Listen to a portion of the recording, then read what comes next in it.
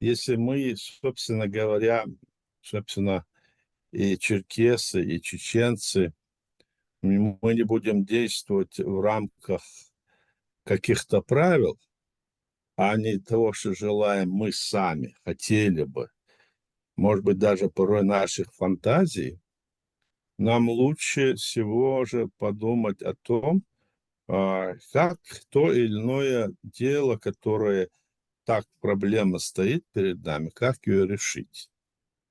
А для этого надо смотреть, что происходит в этом мире, каковы возможности для этого.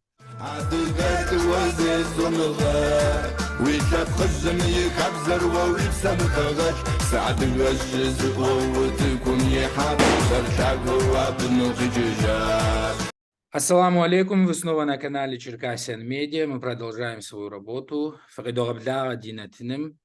Сегодня у нас в гостях бывший спикер парламента Чеченской Республики Ичкерия, руководитель комитета по внешним связям, член руководящего комитета и вице-президент Организации непредставленных народов и наций в конце 90-х годов Ахьяд Идигов.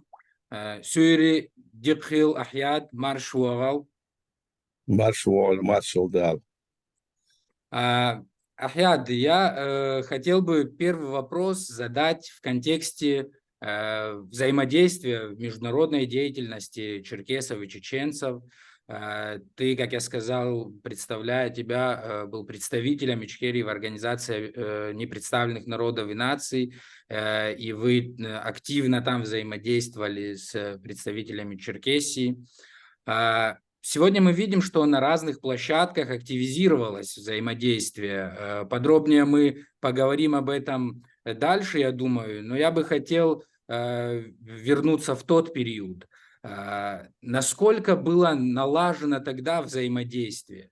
Ведь все-таки остальной мир рассматривает нас одним регионом, и важно, я думаю, демонстрировать в первую очередь договороспособность и умение разговаривать с друг другом.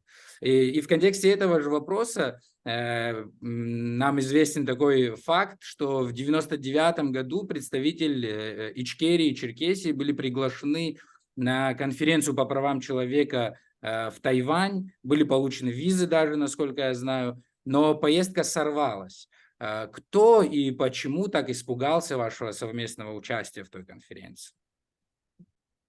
Ну, если начнем с этого момента, 90-го года, да, вот Организация непредставленных народов, это была очень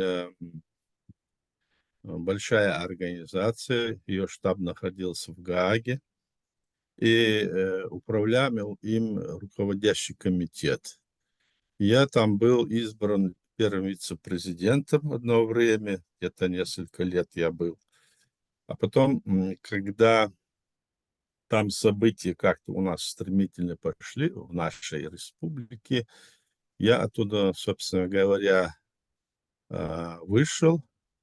Но что было вот по поводу вот этой поездки, которую нас пригласили, да, я и еще мой один товарищ, мы вместе собирались вот на эту приглашенную конференцию ехать в Тайвань.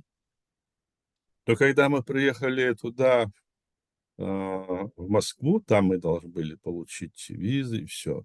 Мы вначале получили визы, мы, чеченская сторона, а потом уже мы готовились к вылету, нам позвонили и сообщили, что надо принести наши паспорта, снова передать им туда, ну, где там они делали эти визы.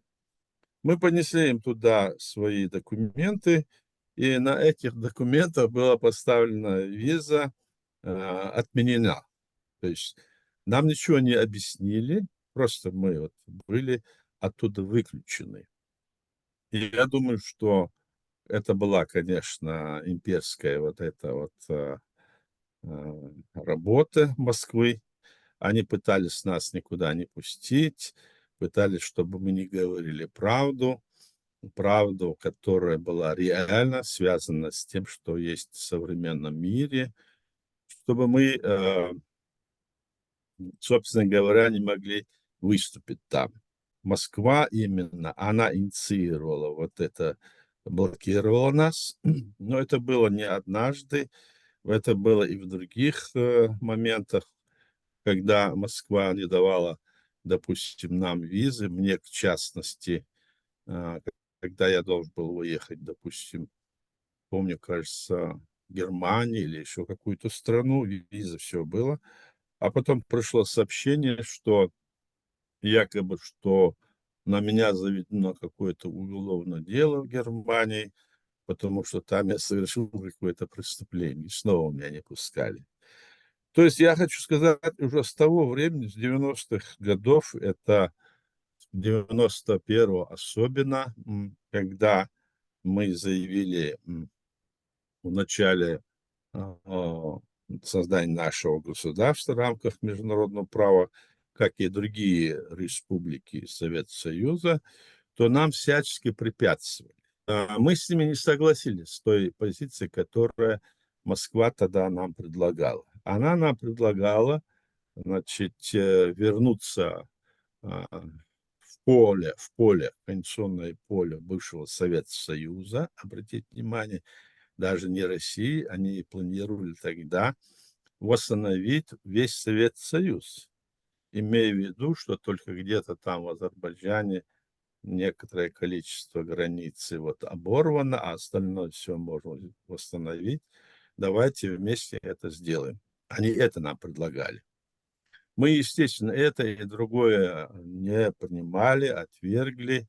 В общем, вот такая шла против нас борьба, и она с тех пор, если брать этот период, продолжается, только наращивается.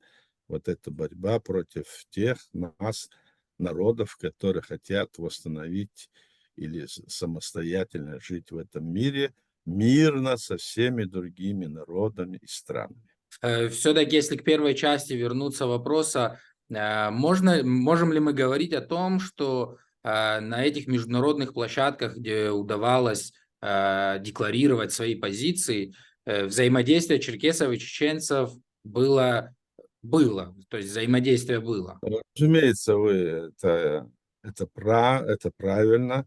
Мы очень дружны были все народы, которые были, скажем, на постсоветском пространстве, но не только они, это была только часть одна. В эту организацию входили и другие народы, которые, но были, допустим, на территории Соединенных Штатов Америки были индейцы, так. Но со всего мира были вот люди, народы, которые считали себя, значит, так вот э, обездолены и против кого действующая современная система власти, скажем, в мире не давала им развернуть свои национальные особенности и самостоятельно жить. Мы знаем, что в мире разные идут там э, сообщения, но, насколько я знаю, около 5000 наций и народов в мире. Тогда говорило меньше, говорили. И эти люди как-то пытались объединиться, и инициатором создания этой организации был известный политик и очень умный и толковый. Это Майкл Вальвард Гофф из Голландии. И мы много раз на всех этих встречах очень были дружны, друг друга поддерживали, особенно Кавказ. Мы вместе даже отдельно и фотографировались. У нас есть фотографии, до сих пор у меня сохраняется это.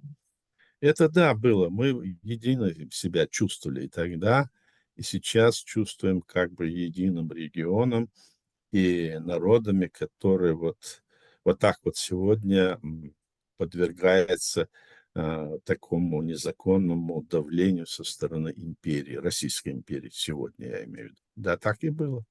Для погружения во внутренние процессы, которые происходили в Чечне и в чеченском народе. которые можно смело говорить о том, что это исторические процессы проходившие. Для погружения в эти процессы нужен отдельный формат детального разбора того, что происходило тогда, и сегодня мы, конечно, не можем этого сделать, но и не коснуться этих процессов мы тоже не можем. И поэтому я хотел бы задать такой вопрос. Фактически, получив независимость в 1996 году, в Чечне прошли свободные выборы президента Чеченской Республики Ичкерия, на которых присутствовал и руководитель группы поддержки ОБСЕ в Чечне Тим Гульдиман. Но он покинул чеченскую территорию, в результате чего это произошло. Ну и в общем мой вопрос касается, наверное, правильно будет сказать, оппозиции воссоздания чеченского государства. То есть эта оппозиция была, это было советским наложением ментальности, или это были борьба за ресурсы, на чем сыграла агентура, которая, конечно же, там была. Если говорить о 96 году, это уже следующий этап. Это очередные были выборы. Первые выборы у нас состоялись 27 октября 91 года. И тогда наш народ, следуя той декларации, которую наш народ принял, был всеобщий съезд чеченского народа со всего мира. И 25 ноября 90 года была принята декларация о воссоздании чеченского государства. А затем 27 октября 91 года мы провели выборы, законные выборы по всем правилам международного права, и избрали власть президента, парламент, и потом, значит, на местах были избраны органы местного самоуправления, вся атрибутика суверенного государства была принята, был кабинет министров, были все другие органы власти, и наша страна уже тогда действовала вот в рамках современного международного права. Но мы тогда не могли, как мы знаем, говорить, что вот в 91 году, в этот период, когда мы не могли говорить, что мы действительно являемся суверенным независимым государством с точки зрения международного права. Потому что международное право говорит, что все народы имеют право на самоопределение, но далее в международном праве и в конвенциях там есть понятие такое, где говорится, что право народа на самоопределение не есть односторонний акт. То есть, если даже вот так, как мы все это сделать, и если, значит, власть, которая есть в этой стране, не даст разрешение на создание этого государства, то оно не может быть создано. Вот, к примеру, я привожу такой, вот недавно Каталония, Испания дважды провела референдум и хотела стать независимым государством. Все по всем правилам. В итоге Испания, страна, сама не дала это разрешение, и получилось, что эти там руководители, которые упорствовали, их даже арестовали и посадили, в чем-то обвинили. Это западная страна. А у нас тогда случилось, мы все это сделали, то, что мы должны были сделать, наш народ тогда. И был избранный президент, ну, вся власть была. Но мы не могли сказать, что мы это законное с точки зрения международного права государства. Но это случилось только тогда, когда уже в октябре, декабре, скажем, 91 года Советский Союз был развален. Помнишь, наверное, Беловежские соглашения такие, где было заявлено, что Советский Союз отныне не существует. Они заявили это вначале, а потом уже где-то к концу декабря приняли даже решение, пригласив туда президента Горбачева. То есть с этого момента, как только этот акт там был подписан, и были, значит, приняты решения властью этих республик, которые считались тогда там РСФСР, Украина, Белоруссия, там, и они подписали даже вот эти документы о денонсации договора о создании Совета Союза в 22 году. С этого момента все те республики, которые были в составе Совета Союза, я имею в виду и автономные республики, они получили статус государства с точки зрения международного права. То есть они, тот, кто должен был им дать разрешение, он сам исчез. Это Советский Союз, власть, она исчезла. И поэтому этот момент можно рассматривать как ну, подарок свыше. Это судьба так случилась для этих наших народов. Но более того, я скажу еще до этого, когда встает вопрос о том, что вот это были автономные республики, а это были союзные, это совсем не идет ни в какую, как говорится, марку, и обоснование неверное, потому что с точки зрения международного права все народы равны. Это первое. А второе, еще более важно, ответ этим людям, что в 90 году, в апреле месяце, сам Совет Союз принял специально 3 закона. Они есть, эти законы, хотя они запрятаны где-то, у меня они есть, в которых сказано, что все автономные республики получают статус союзной республики. То есть на территории Советского Союза тогда стало 35 союзных республик. Было 15, еще 20 добавилось. Но из этих 35 республик Балтийские 3 республики, Литва, Латвия, Эстония, были признаны Советским Союзом, Горбачевым, независимым государством, и осталось 32. То есть вот эти все а, какие-то вот наговоры, что это нельзя было, это все как бы пропадает с точки зрения закона и принятых таких решений. И когда Советский Союз развалился, осталось до развала 32 было, вот эти все 32 республики стали независимым государством. Чеченская республика, которая, будучи в составе Советского Союза, приняла вот то, что я сказал, все эти процедуры прошла, она практически вошла как бы в открытые двери, и уже в марте, январь, февраль, март, 12 марта наша республика приняла Конституцию суверенного и независимого демократического правового государства. То есть мы полностью оформились как независимое суверенное государство. В этот момент параллельно свою, значит, работу проводила власть РСФСР. Тогда была РСФСР только, а она, зная, что вот столько вот республик, она начала, значит, вести переговоры с другими республиками, которые были в составе РСФСР прежде. Она начала вести с теми республиками, во главе которых все еще сидели те люди, которые были назначены в Советском Союзе. А когда Советский Союз исчез, статус изменился, и в этих республиках должны были быть, пройти выборы в новой власти, новые руководители должны были быть в этой стране, в республиках.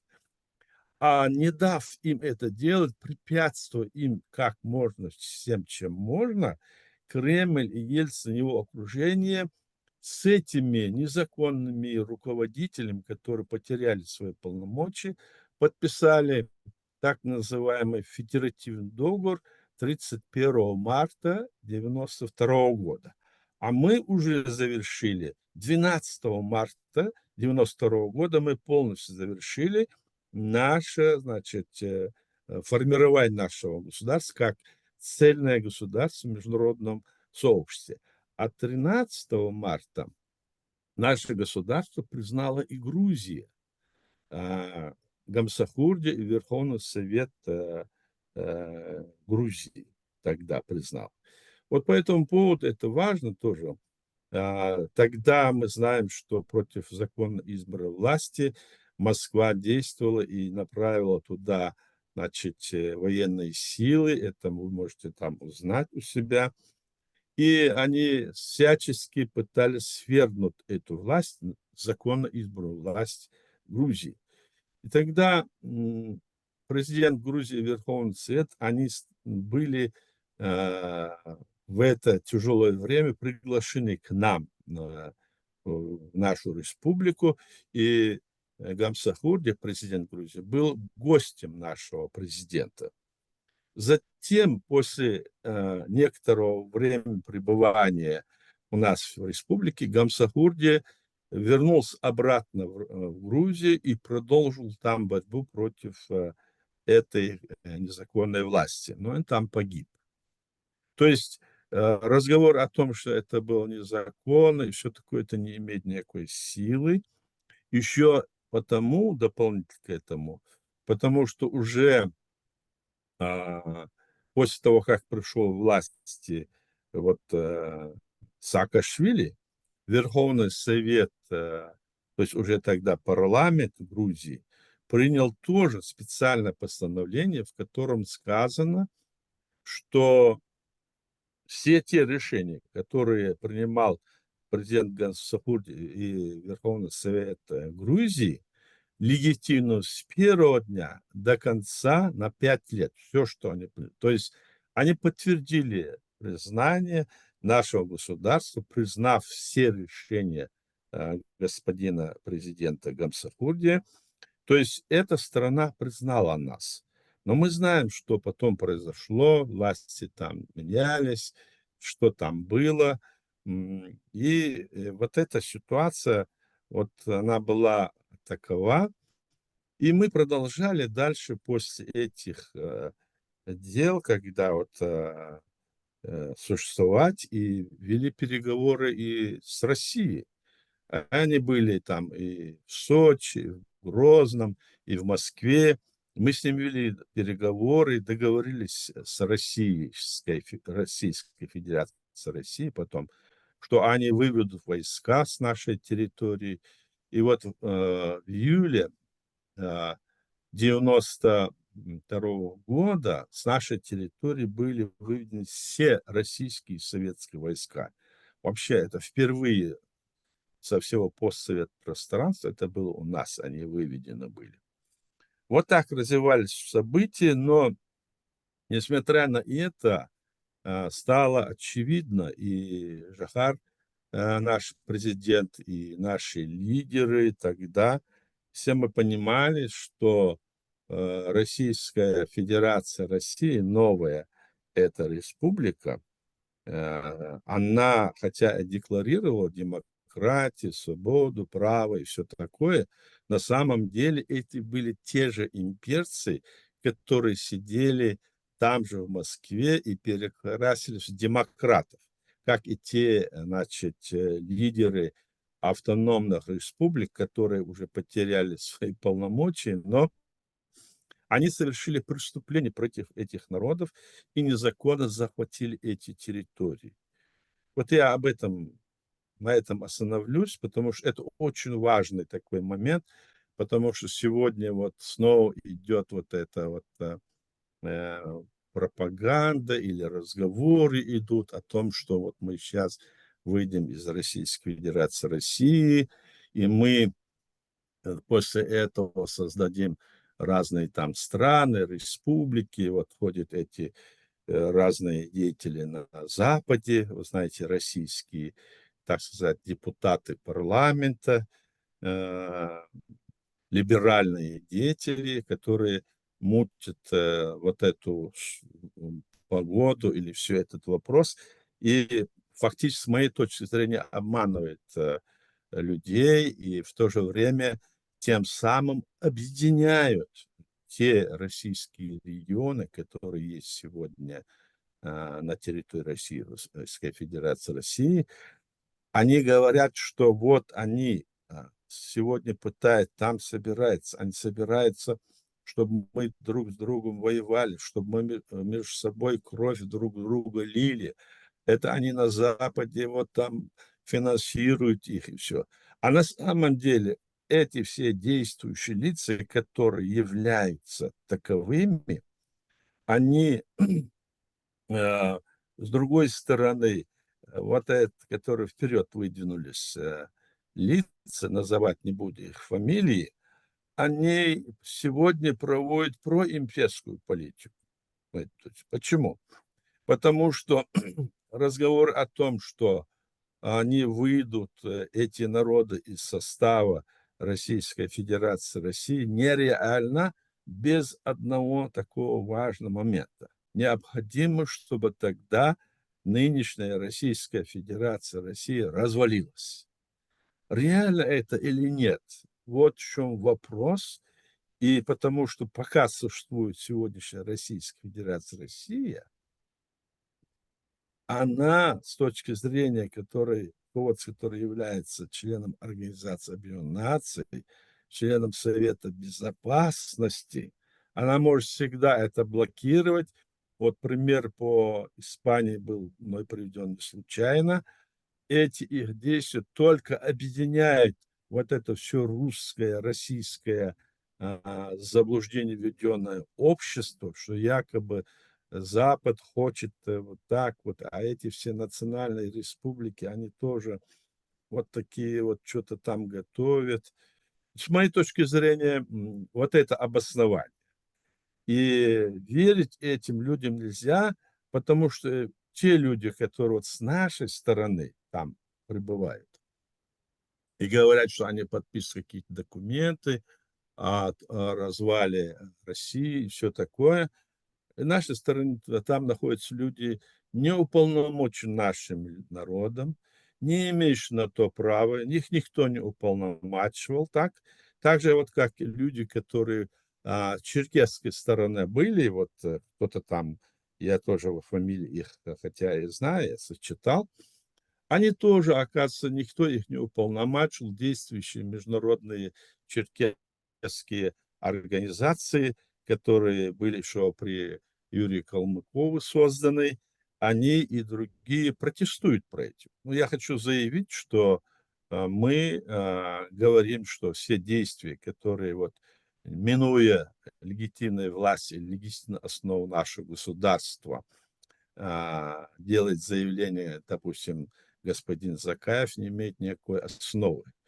Почему она не имеет никакой основы? Потому что наша задача не в том, чтобы как войти в этот круг тех российских вот этих либеральных деятелей и там действовать. Якобы мы являемся частью России.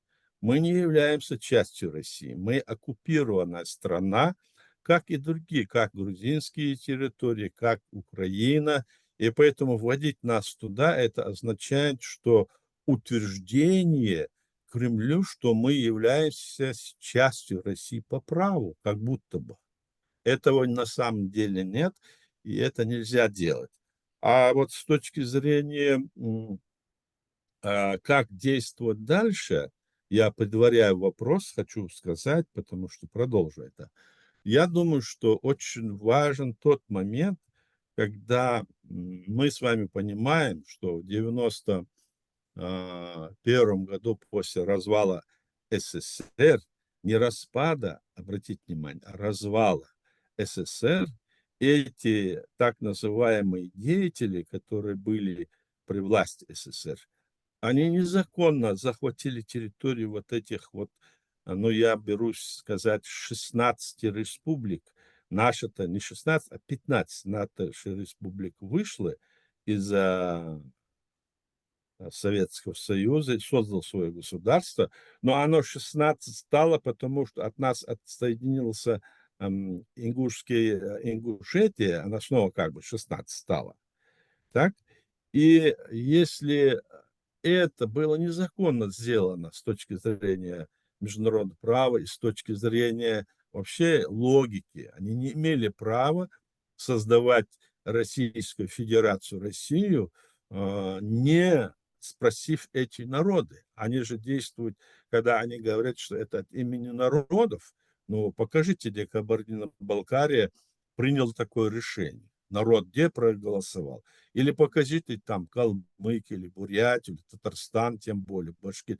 Нет такого решения. То есть, если этого решения нет, то, с моей точки зрения, мы могли бы вот действовать, минуя эту Россию, потому что незаконно захвачены эти территории, как и наша республика. Мы-то восполнили полностью по всем правилам, создали свое государство, а этим республики не дали никакого разрешения, блокировали их всех и не дали им возможность избрать свою власть. И Российская Федерация из России, власть сегодня, сотворила то, что она творит, и ей позволили тогда вот это все сделать. Ну, скажем, в этом, конечно, есть и промах или вина Запада, который потворствовал тогда в той или иной мере. Сегодня они вот эту горькую пилюлю сами вот ощущают, что она была вот так вот, ситуация развала и все остальное. До конца не довели решение. И сегодня вот кровь снова льется, и она, встав на ноги, снова объединившись, мы знаем с кем, они снова могут еще больше ударить и по западным странам. Мы с вами это видим. Хороший экскурс получился и нужный, и важный именно с точки зрения международного права, как это все выглядит. Да-да.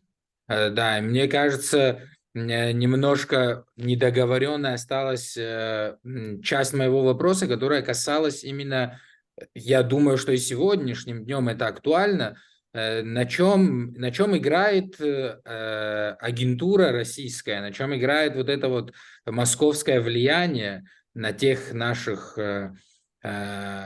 соотечественниках, скажем, которые не верят или не хотят верить в то, что возможно другое, иное будущее. Но здесь, конечно, мы не договорили, хотя в общем сказали правильно. На чем она, агентура и Кремль играет на том, что она использует из наших рядов людей, которые некомпетентны, людей, которые являются их агентами влияния. Мы же знаем с вами, что это происходило во все времена, когда Советский Союз был. Многие наши люди были, значит, ну, так сказать, многие, наверное, неправильно, наши люди везде вербовались. Вот, допустим, когда здание КГБ, которое было в Грозном, наше было прием передачи, бывает инвентаризация, и было там 15 человек, которые в этом участвовали. Я в эту комиссию там был включен. И что мы обнаружили тогда? Вот это для и вас, для черкесов и других народов тоже должно быть, ну, примером, потому что у нас это было. Мы обнаружили, что все наши религиозные деятели, которые были там, да, у нас, которые считались, вот, там, все такое, ну, скажем так, подавляющее большинство были доносчиками власти, и все, что творилось там в религиозной среде или в другом, они все это как бы доносили власти, и они там манипулировали, как хотели, людей раскручивали, они уже были как бы у них на привязи, на крючке. И когда, но мы смотрели, вот, допустим, нас там было 15 человек, которые этим занимались, и мы тогда дали слово, что ничего оттуда не вынесем из этого здания, потому что мы тогда решили, если мы это все сейчас, ну, скажем, опубликуем и разнесем по всему, так, а, свету, грубо говоря, тогда не надо было, как сказал наш президент Джагар Дудаев, тогда не надо было нам и никакой войны со стороны империи. Это были обманутые люди, это были насильно значит, втянутые, это были заблудшие люди. Но и еще когда, помню, когда мы в 96-м году э, переломали хребет этой российской армии, она была вынуждена убраться, то тогда, помню, Степашин заявлял, ничего, ничего, говорит, у нас там есть около 100 тысяч наших агентов. У нас там 1 000 000 человек, и у них 100 тысяч агентов. Вот такие заявления делал.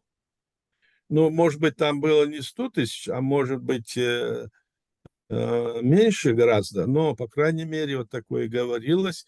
И ясно, мы потом это видели, что эти люди очень сильно влияют. Они же находятся среди нас, они в семьях, там, везде, на это они влияют. Это первое такое вот, которое они... Потом они, конечно, покупают этих людей, они платят им. Вот возьмите, у нас там сейчас марионетки.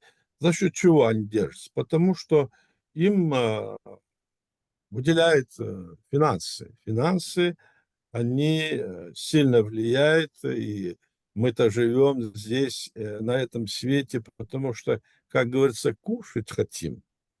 Не только там говорить про пыль, но обязательно в первую очередь надо покушать, и на это тоже они влияют. Они все, что есть, скажем, у этих народов, нефть, газ, все остальное, все прибрали к своим рукам, а потом, как налоги, а потом по чуть-чуть раздают и используют этих людей против э, тех, кто стоит на тех позициях, которые хотят свободы своему народу и независимость. И более того, к нему к этому моменту подключены и другие страны мира. Возьмите тот же Китай и другие, да, любую страну мира, они пытаются тоже где-то что-то захватить, экономически нажиться на, понимаете сами, о чем речь идет, да, там. Поэтому они это тоже делают. Почему они захватили весь Кавказ, всю Черкесию? Потому что им хотелось расширить свои владения, потому что они хотели быть, значит, властелинами там и расширяться, и они почти весь мир хотели захватить. Посмотрите, сегодня, как вы там, я знаю, за рубежом около 7 миллионов черкесов, а на территории сегодняшней России и миллиона в целом всех не наберешь. Вот, и они поэтому этим играют, и, естественно, самое-то главное посыл там вот в чем, что Россия – это империя. Она не может существовать без, без войн. Почему? Потому что равенство и решение народа там не проходит. Вот мы знаем, что никакие выборы там не проходят. И не будут этих выборов, это будут названия только для того, чтобы замылить глаза остальным. Они все время остаются у власти, вот уже сколько лет Путин, вот уже сколько лет там в других диктаторских странах, вот возьмите диктаты даже все исламские государства, там все сидят диктаторы, фактически диктаторы, по наследству друг другу передавая. И если дать эту свободу, которую мы говорим, которую мы хотим, чтобы была такая вот ситуация, когда народ будет сам избирать себе лидеры и страну и власть, то эти все диктаторы полетят. То есть их не изберут, они это понимают. Поэтому они держатся, это для них смерти подобно все это. Вот что держит их, и находясь во власти, они, ну, скажем так, блаженствуют, их семьи, их окружение, они их тоже подкармливают, и сама империя, она может держится только на штыках, мы с вами знаем. И в Советском Союзе так было, и царская Россия, и сейчас тоже она держится на штыках, пугают. Вот видите, они берут людей, наших, ваших, засылает туда воевать в Украину. Я убежден, что эти люди не хотят там воевать, им не нужна война. Но они в основном посылают кого? всех, так скажем, национальностей, другие, кроме, в основном, чтобы они, во-первых, там победу им принесли, а во-вторых, чтобы они там погибли. И вот это для них важно, и эти два момента составляющие для них важно. В 93 году было решение, которое подписано Верховной властью России за подпись Черномырдина, в котором говорилось, еще война не началась, они планировали вот что. Значит, они уже расписали, какие регионы России выслать чеченцев. Но называлось это значит, переселение в связи с ситуацией военной и все такое. И в то же время там же было записано о заселении туда людей из региона русскоязычных регионов. То есть они хотели нас, они завели в нашу республику огромное количество вот этих грузовиков, тентом накрытые, так, якобы для урожая, сбора урожая. У нас какой урожай может быть, что с России столько этих грузовиков завезли? Они, если бы удалось бы тогда, в 93-94 году, они собирались выслать нас, чеченцев, всех поголовно, как говорится, да, вдоль до Дальнего Востока и на вечное поселение, а туда заселить русскоязычное население. Вот это как-то вот эти вот моменты важны, и главное там в том, что они по своей сути, это империя, она по своей сути так только и держится, и так она хочет развиваться. Она враг народов, она враг и своего народа, кстати, который обманут, оболванен и забит совсем. Сам вот русский народ, скажем. Я не берусь говорить, кто это такой русский народ, потому что это смешение разных народов. Русские – это те, которые они смешали, забрали это имя у украинцев, мы знаем Киевская Русь, и из себя изображают русских, и вот это все накручивают и расширяют. То есть та власть, которая находится во главе этой империи, она будет продолжать делать до тех пор, пока ей не сломает хребет. Вот до сих пор эта власть будет действовать.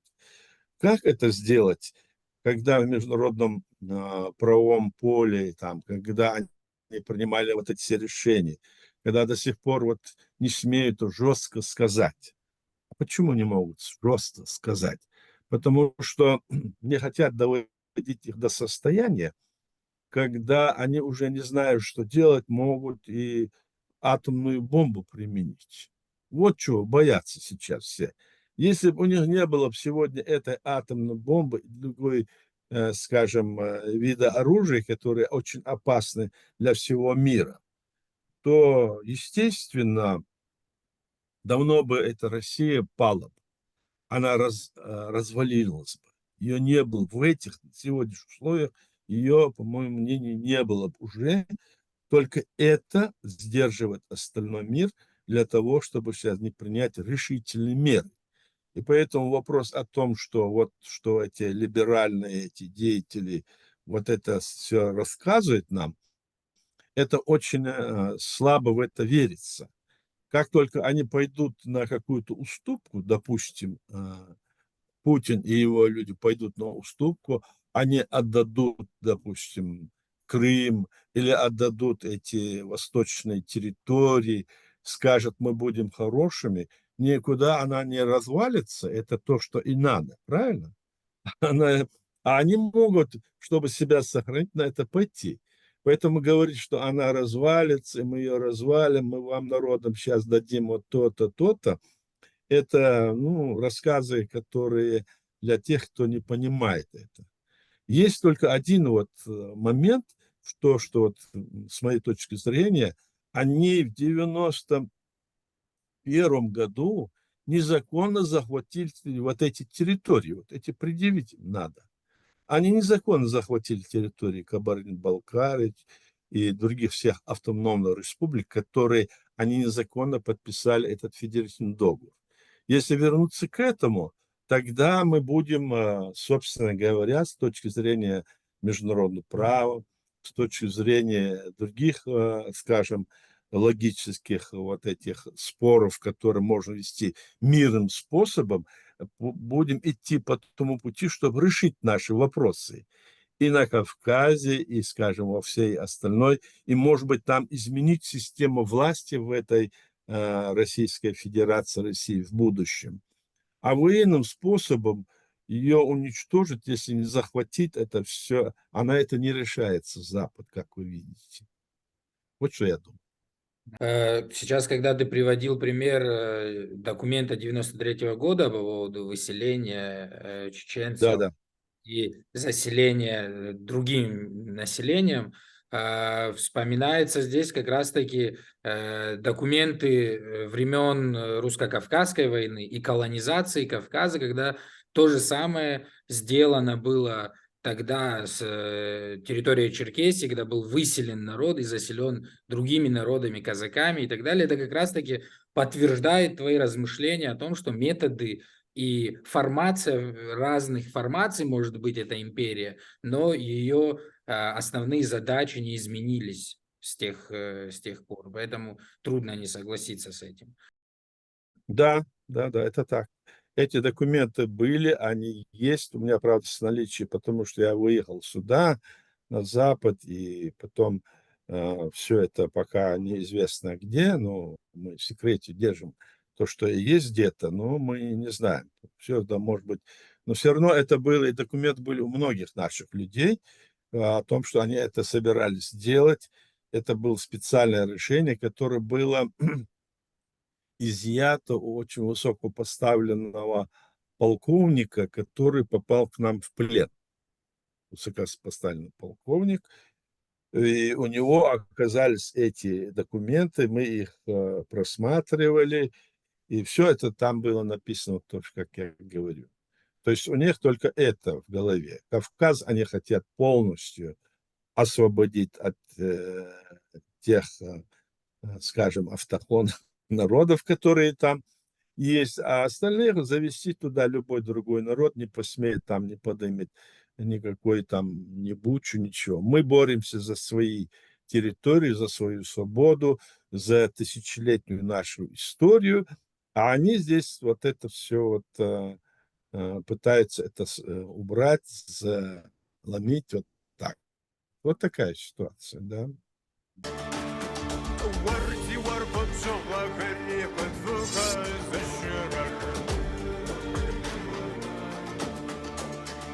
Если говорить о сегодняшнем дне, положение на родине, в Чечне, понятно. Много информации оттуда мы видим. И позицию того же Кадырова, который говорит прямо о том, что он является человеком Путина, и его идеи понятны. Наверное, кто-то и разделяет какая-то часть его идей.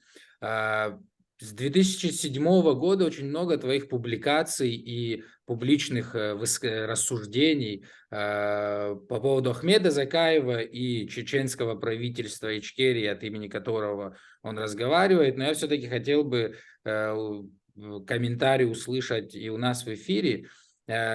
Сегодняшняя его повестка о воссоздании Горской республики или конфедерации народов Кавказа не до конца мне понятна. Но вот эта повестка, которая сегодня декларируется, это какое-то изменение стратегическое целей и задач, которые они видят, его и его сторонники? Или это все-таки тактическое изменение в конъюнктуре, в контексте происходящего здесь и сейчас? Ну, если по большому счету сказать, никакого изменения нету, абсолютно ничего изменений нету. Дело в том, что если мы сейчас вернемся к тому, что говорили, нам известно, что после Второй мировой войны было принято современное международное право.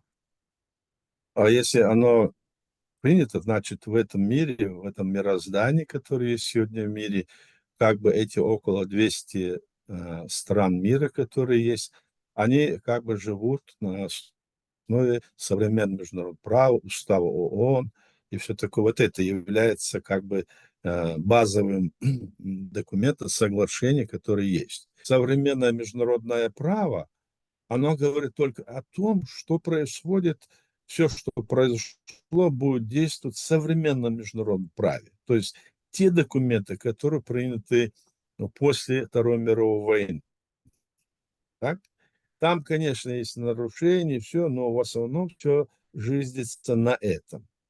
Вот, а то, что было, скажем, в 2018 году, у нас тоже это, мы знаем об этом, и вы знаете, что было еще раньше, когда я бывал и в Америке, и здесь по всем международным организациям, которые есть в ООН, в Совете Европы я много встречался с их руководством этого Совета Европы.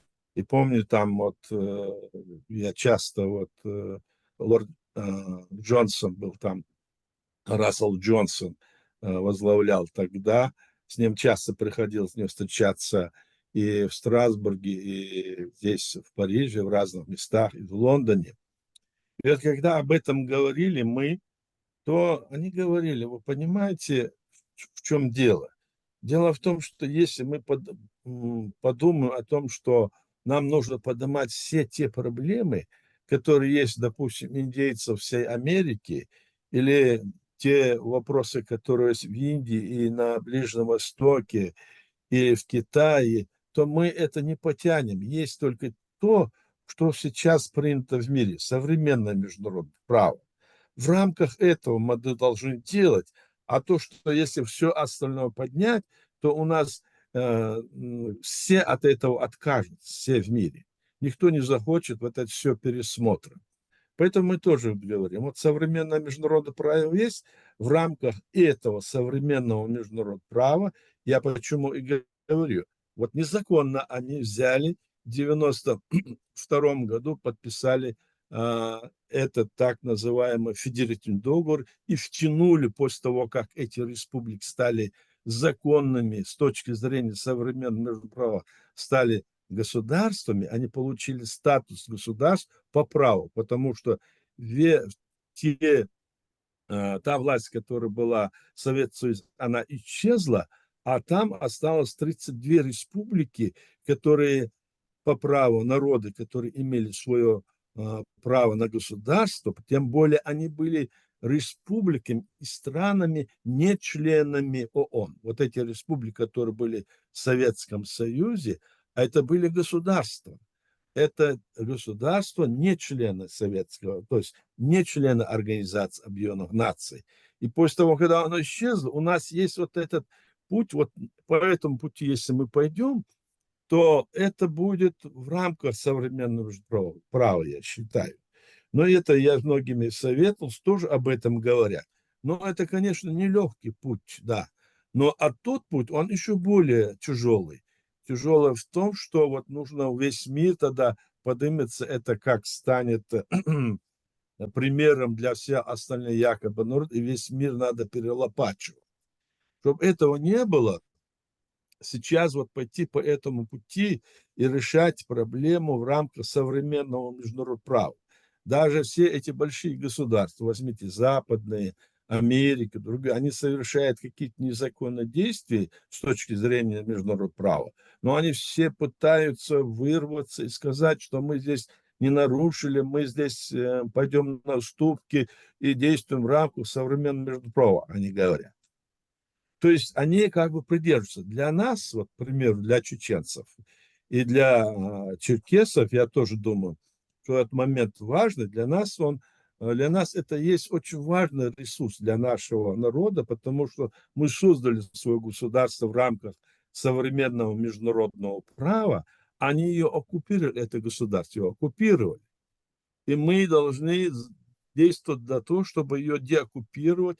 Мы должны на Запад действовать для того, чтобы нас признали и другие страны. Вот, скажем, сейчас Украина, потом Балтийские страны. Мы на это нацелены. И в этом вопросе мы и вам, и нам, мы должны друг другу помогать. Но в то же время мы должны смотреть, кто этими вопросами, нашими вопросами занимаются и действует от имени нас или от имени нашего народа. Я вам сказал, что от Закаев, о котором вы говорите, или любой другой деятель, который себя изображает и говорит, что нашего государства нет, что наше государство является России, или что наше государство, значит, наш народ совершил какое-то преступление против метрополии, незаконно создал ее, она уже там историческое время прошло. С этими людьми мы должны быть очень внимательны и предупредить их должны, и мы делаем это, говорим, что это нельзя делать, это на пользу нашего врага, нашей империи, так слово «наше» не подходит, но все равно это империи. И их надо, значит, выделять, и надо вот четко, ясно выступать. Я полностью поддерживаю заявление ваше, и наше президент правительства тоже. Мы поддерживаем ваше заявление о том, что никто не имеет места вас, не имея полномочий принимать решения о создании, допустим, Горской республики или Конфедерации народов Кавказа. Почему? Во-первых, второй этот орган, он уже был известен после того, как, вы знаете, хотя до этого раньше это была другая организация, но все равно она была перехвачена руководством. И говорит о том, что вот эта Горская республика, когда? Это же было когда? Это исторический факт. Мы не можем туда вернуться, собственно говоря, не развалив или не растоптав эту Россию полностью, Российскую Федерацию полностью, чтобы она не исчезла. А это мы можем сделать. То есть они берут такие вершины, которые невозможно сегодня решить, невозможно сегодня реализовать, и которые никто не поддержит. Никто. Вот с этой точки зрения, которую я вам говорю. Потому что это уже вопрос прошлого. Она уже историческая. Она не входит, скажем, в пространство международного поля, которое есть современное международное поле. Вот поэтому мы должны и думать, что эти люди, которые вот занимаются такими делами, пытаются выступать на международных разных площадках от имени чеченского народа, не имеют на то никакие права, абсолютно никакие права. Если вы знаете и читали, когда они, значит, решили, что от имени нашего государства действовать, это было грубейшее нарушение с их стороны. Они не имели это права делать. И мы все документально это привели, это есть основание. В этом смысле мы должны объединяться вокруг той линии, которая находится на основе решения нашего народа в 90-м году и нашей Конституции строго в этом рамке. Но есть и такие силы есть в мире, скажем, и на Западе, и в той же Украине найдутся такие, которые содействуют или заблуждаясь, но содействуют вот этим силам, не понимая, с кем они имеют дело. Поэтому мы и вы должны, и другие народы, которые сегодня общаются в этих либеральных, так сказать, движениях, которые находятся, скажем, на Западе, здесь можно привести доказательство того, что они играют роль только одну, для того, чтобы сохранить эту Россию и прийти туда власть самим. О никаком развале и разрушении России речь не идет. Это только риторика, которую они навешивают, скажем, нам с вами, понимая, что мы на эту удочку попадемся. Это все.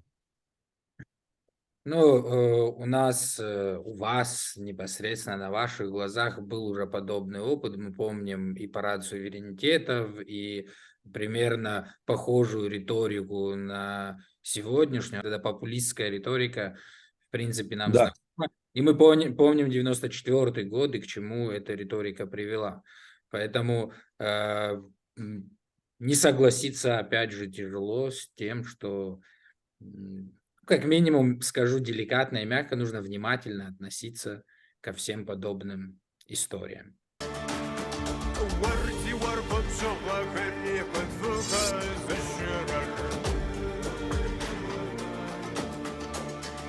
В 2004 году, насколько мне известно, если я буду не точен, поправь меня, в 2004 году Аслан Масхадов наделил тебя полномочиями организации и ведения всей политической работы от имени парламента Чеченской Республики Ичкерия за рубежом, в зарубежных странах.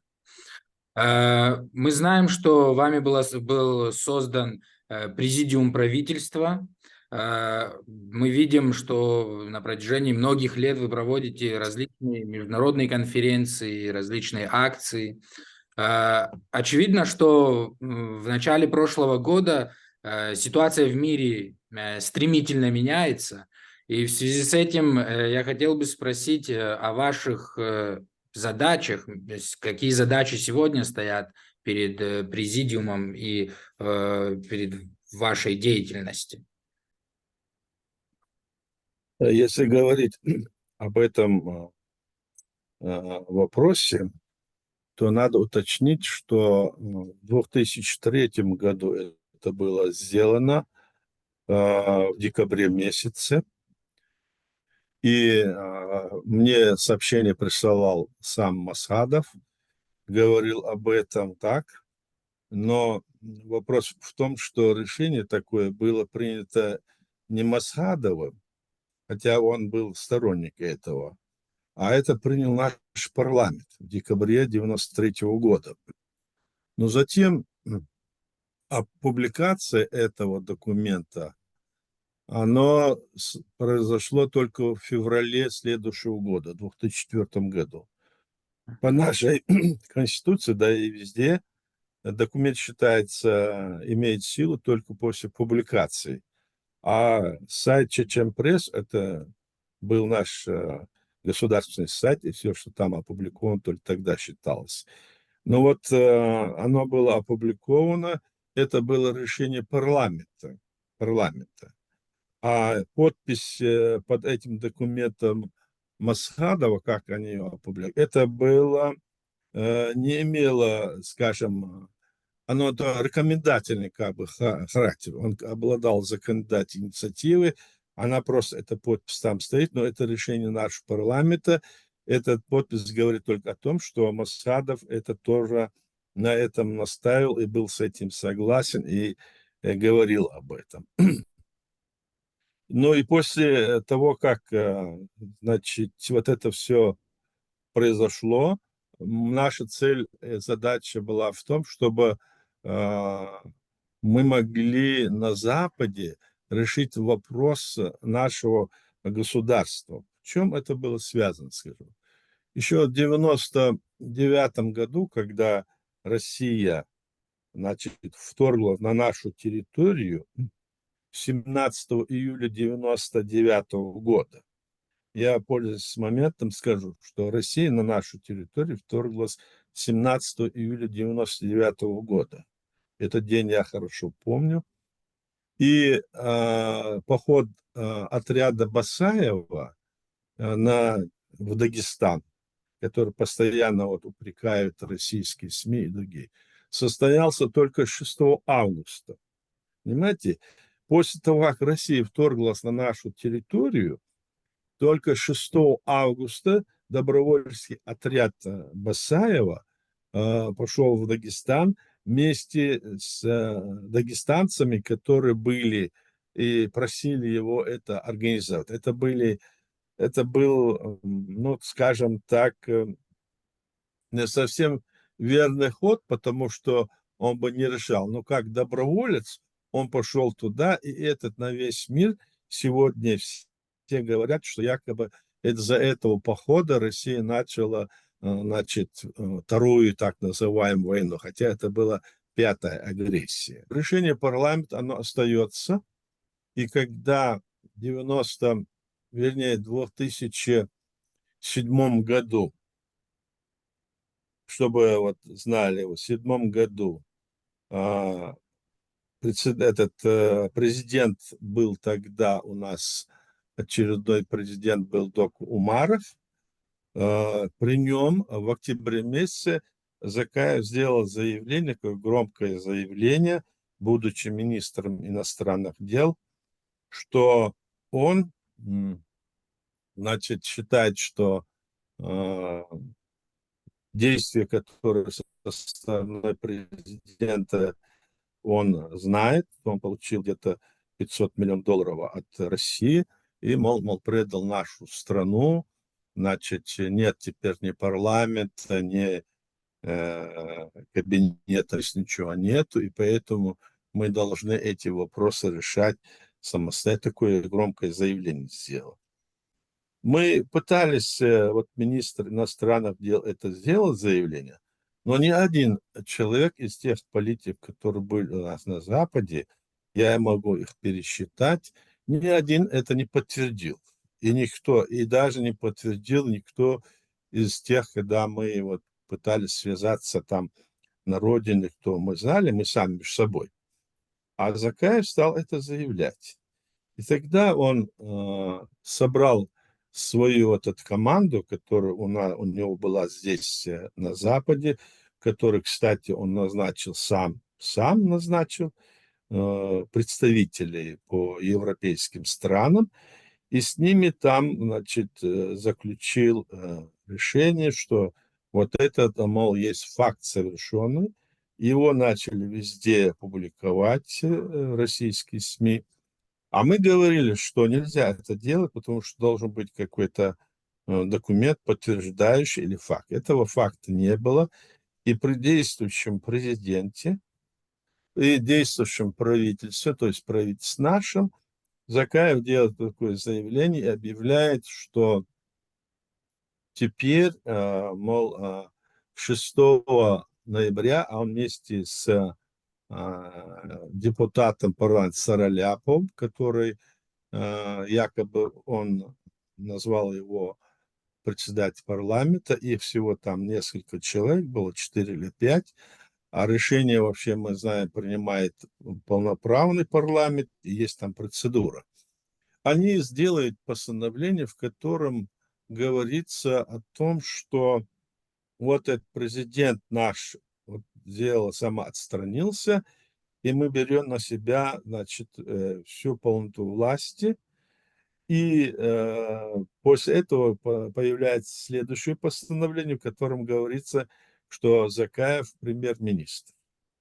Ну, мы, конечно, все, которые были здесь, на Западе, в том числе я, имея вот эти вот полномочия, были возмущены и хотели с ними встретиться. Они эту возможность встретиться не давали. Они собирались это в Норвегии, в Осло.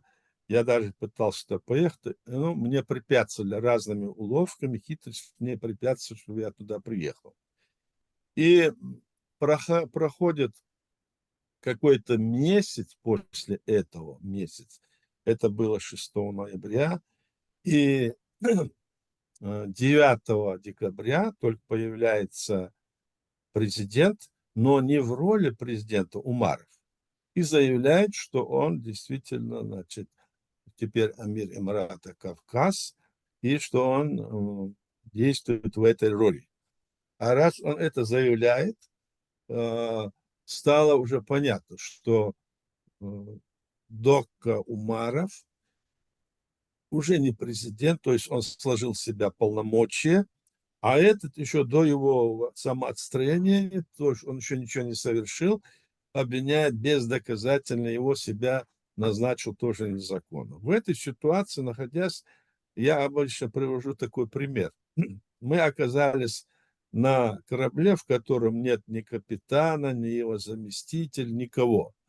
А остались только, как бы, значит, остальные командиры, там, разного рода служащие, исполнители на этом корабле. И мы тогда, имея вот эти полномочия, которые были у меня, советуюсь со всеми, мы думали, что делать, и призывали и Закаева, и Док Умару вернуться в конституционное поле назад.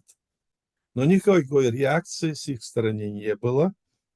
И вот по прошествии более года вот это все споры туда-сюда шли, обсуждали, что делать, как быть, вдруг Закаев приглашает из марионеточной Чечни так называемого председателя парламента, с ними ведет переговоры в Осло, потом в Лондоне, и заявляет, что они легитимны, допустим, что марионетки легитимны, и легитим и он сам Закаев, и что они вместе сейчас будут проводить какие-то там международные конференции, общенациональные, делать эти заявления.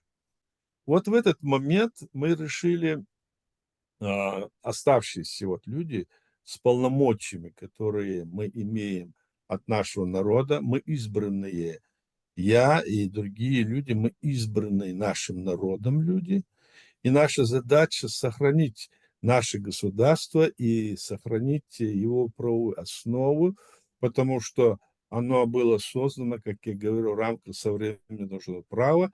И исключительный случай был, когда вот верховная власть этой страны сама исчезла. Мы не могли позволить этим людям, которые, не понимая, дилетантски действовали, и вот эти разговоры, чтобы они вели. И тогда мы решили на основании этого нашего постановления парламента, значит, применить это постановление, в котором сказано, что то-то, то-то, что мы говорили.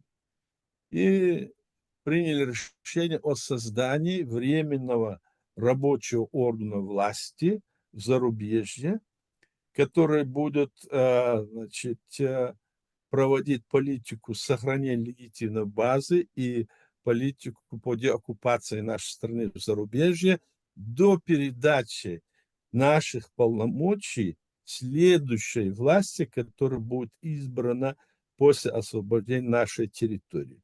Вот эта ситуация так сложилась у нас.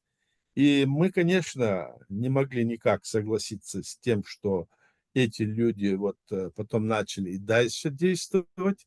И мы обратили внимание, наверное, все, что работа людей, которые вот так вот себя обозначили, была связана четко и ясно, очевидно были, что они связаны были с Москвой, с Кремлем. Их действия, которые они принимали решения, которые они принимали в 2001, 2002, 2003 году, потом в 2007 году, все эти документы есть, в которых говорится, что наша территория есть часть России. Вы представьте себе. Вот такие документы есть. Вы, наверное, читали. Это в 2002 году они приняли такую резолюцию. В 2001-2002 году тоже за спиной, скорее всего, Масхадова они приняли тоже такие решения.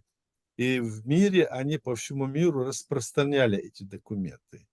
А мы не могли молчать и не имели права, и поэтому действовали в тех, с теми полномочиями, которые у нас по всему миру. Мы проводили, да, международные встречи, конференции, протестовали, разоблачали их и призывали вернуться в конституционное поле этих людей. Мы об этом говорим до сих пор. Но, однако, эти люди не возвращаются и не думают возвращаться, как уже стало очевидно, и продолжает вести политику, которая сегодня выгодна оккупанту нашей страны и выгодна этой империи. Мы в этом убеждены, и этому есть доказательства. Вот что я могу вот именно вот по этому вопросу сказать, и что было предпринято нами и на основании чего. Потому что это наша задача сохранить наше государство, это наша задача деоккупировать ее, и наша задача, чтобы мы могли на Западе, действуя в рамках строго современного международного права, идти по пути того, чтобы наша страна, пусть она оккупирована, но чтобы она была признана, что она оккупирована, и что это наше государство, и Украина это сейчас сделала, и это очень, ну, скажем, великое дело для нашего народа и для всех чеченцев, которые за свою страну переживают. Вот такая вот ситуация, и мы дальше в этом направлении действуем. Вот мы недавно, вот сейчас, еще в 2017 году была очень большая международная конференция. На этой конференции было принято решение после наших объяснений, после изложения наших аргументов, там было принято решение, что за рубежом от имени чеченского государства сегодня действует президиум правительства. Такое решение было принято, такая резолюция с 2016 года, если не ошибаюсь. И сейчас вот мы были в Европарламенте, вы знаете, наверное, где мы тоже обсуждали все эти вопросы, не только по, скажем, нашей республике, но по всему международному, так сказать, спектру. И там тоже сказано, что э, вне, за рубежом, а представляет Чеченскую Республику, представляет президиум правительства Чеченской Республики Ичкерия. То есть мы эту работу проводим, потому что другой власти, других людей, которые имеют полномочия от нашего народа, который создал свое государство, нету. Все остальные действия, которые направлены против этой линии нашей, они противоречат нашей воле нашего народа и Конституции и играют в пользу сегодняшнего Кремля, этой империи. Вот что могу сказать вам.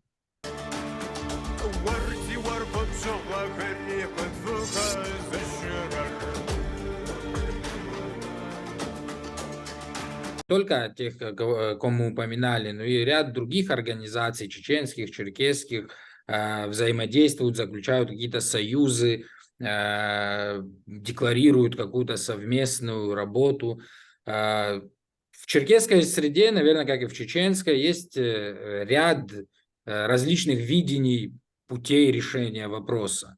И происходит сегодня, оживляется дискурс, наверное, политический, который направлен на то, чтобы выработать вот эти самые нужный механизм, рабочий механизм для восстановления наших прав.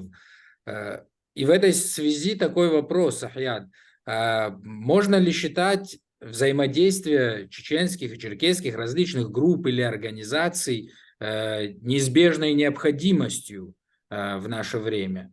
И если да, то какой формат или какая форма, или каким должно быть это взаимодействие для того, чтобы оно принесло действительно пользу для наших народов?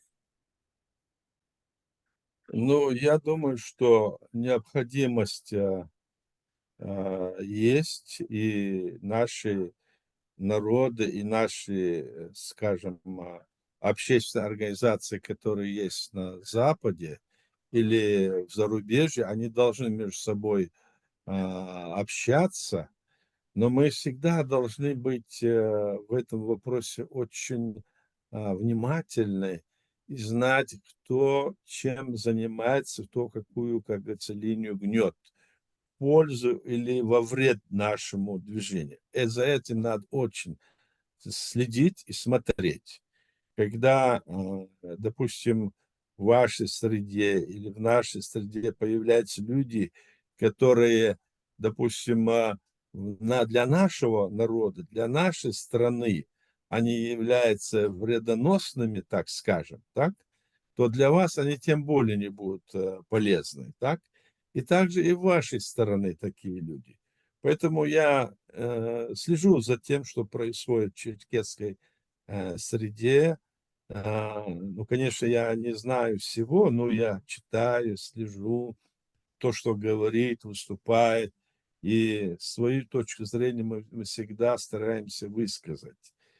И нам, конечно, надо действовать в этом направлении, и мы должны поддерживать друг друга. То, что вы говорили о том, что надо решать вопрос это с черкесского народа, только черкесский народ должен решать, и за вас никто не может, как и за нас, никакое решение принять. Это мы должны добровольно принять. Иначе куда мы идем? Какой-нибудь хан стал вверху нас и управляет этим народом или этими народами. Это нельзя допускать. И мы должны смотреть, потому что так все устроено витиевато, настолько это, ну, скажем, закручено, если так говорить, и к международному праву так относится, есть специалист, то есть надо в этом вопросе разбираться. Я вот смотрю, у черкесов есть и институты в Германии, и в Бельгии, которые эти вопросы рассматривают и дают свою оценку, так? Это очень приятно и очень хорошо, что они есть, и они действительно переживают за свой народ и дают тоже аналитическую справку или аналитические выводы, насколько это верно, неверно. Поэтому вот этот ход вот в таком плане, он правильный, с моей точки зрения. И с точки зрения нашего президиума, я не сомневаюсь в этом. Потому что, когда вот такие вот заявления поступили, они дали очень правильную оценку, и дальше мы должны сотрудничать, взаимно друг друга поддерживая. Да, мы должны это делать, и не только, вот, допустим, мы и черкесы, но и другие народы, которые есть на постсоветском пространстве, так скажем. Ну, особенно в первую очередь, наверное, кавказские народы, да, мы должны это делать, это верно. И я не сомневаюсь, что это будет только на пользу нам, всем сторонам. Мысли, которые высказаны тобой, как минимум являются пищей для размышления и для того, чтобы более углубленней и целеустремленней, наверное, рассматривать свои вопросы. Поэтому отдельная благодарность от меня лично и от канала Черкассиан Медиа. Как ты сказал выше, у нас большая диаспора по всему миру, в Турции несколько миллионов, в других странах.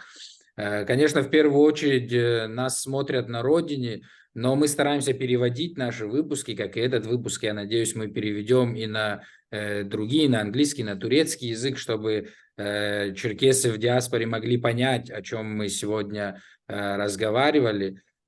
Что бы ты, как Нохчо, обращаясь к черкесам, проживающим по всему миру, мог бы сказать в завершении нашего сегодняшнего диалога? Ну, что я мог бы сказать? Конечно, я желаю вам удачи и желаю сохранить свой народ, не растворяя его в других народах, среди которых вы живете. Но это, естественно, происходит, это со всеми происходит. Мы, когда находимся в зарубежье, как бы становимся далеко от той проблемы, которая из поколения в поколение. Поэтому я желаю вам, чтобы решение вопроса черкесского было остро, значит, на международной арене поднят, и вы для этого делаете, я вижу, многое. Мы со своей стороны будем тоже вам содействовать. Я желаю вам успеха всему вашему народу, хотя я не могу говорить от имени нашего народа так, но я так желаю всем вам.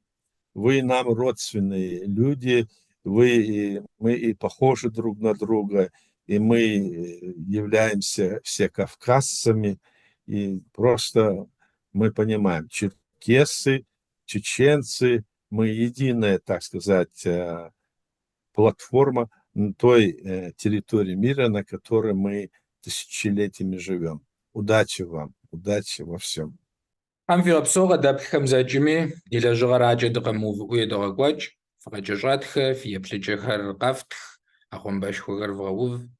Хайрджат зальтагуна. Ассаламу алейкум. ويتقدم يكبزر ويبسم خغش سعد الوجز وتكون يحاب يكسر تعقوا بنو خجوجات عاد البرد وزيز ونغار